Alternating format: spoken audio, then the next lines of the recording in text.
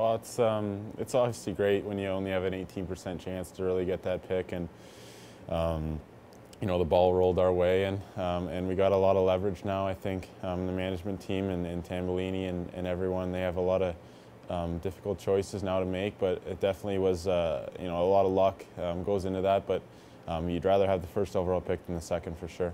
So take us through when you went through that whole process and you heard your name called by the Oilers and went up on stage. What was that whole experience for you like, knowing that you were the first one to go in the draft?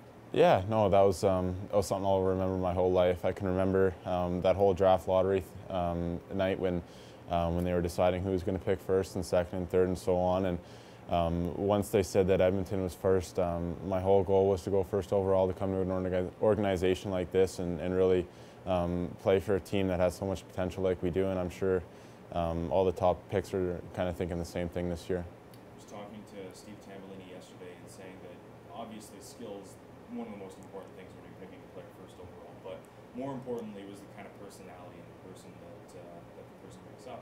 And he said when he spoke to you and he spoke to Ryan Nugent-Hopkins about it, he knew right away that you guys were #1 pick material. So in your mind, what makes a #1 overall pick off the ice? I don't know. I have to say that me and Nuge are kind of different personalities.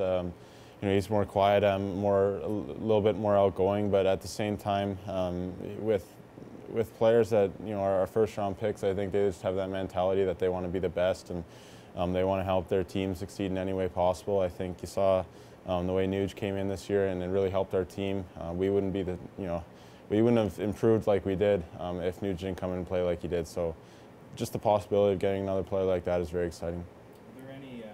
Is it difficult at all to have to go through the process? Because being who you are, you have a bit more obligation in terms of community things, or speaking with me here today. But is that something that you and Ryan have been able to handle pretty well? Do you think that that's part of it? Yeah, well, there's always expectations, especially if you come to a Canadian market like Edmonton and a fan base that expects a lot from their players. That was something that I had to adjust to coming in and just really get my head around that. There's going to be a lot of pressure, there's going to be a lot of scrutiny, but if you handle it the right way and you conduct yourself properly, it doesn't really affect you too much. But that was definitely kind of something I thought about when I first got drafted to Edmonton. It was either Edmonton or Boston, and both those markets are pretty hockey crazy, and you have to really watch yourself.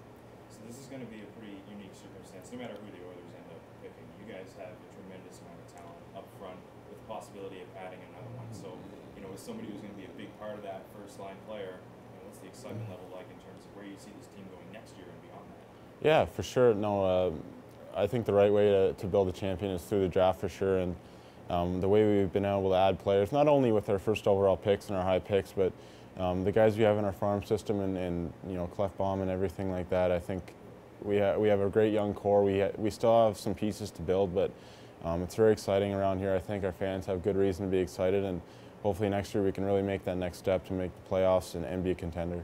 Sort of in the similar situation that you were in, going through the process, being ranked at the top for most of the season, kind of going back and forth with Tyler, but Nail Yakupov has kind of held that top spot overall throughout the season, and I spoke to him earlier today, and apparently you met him in Detroit earlier this year. Is that true? No, I know he was at our game in Detroit, but I didn't get a chance to meet him. But I have seen how he plays, and I have seen his interviews. They're pretty funny, to be honest. And he certainly seems charismatic and really likes to play the game. Really loves to score goals, and you want to see that enthusiasm in a player. You want to see a player that loves the game as much as he does, and I think that's very valuable to the team.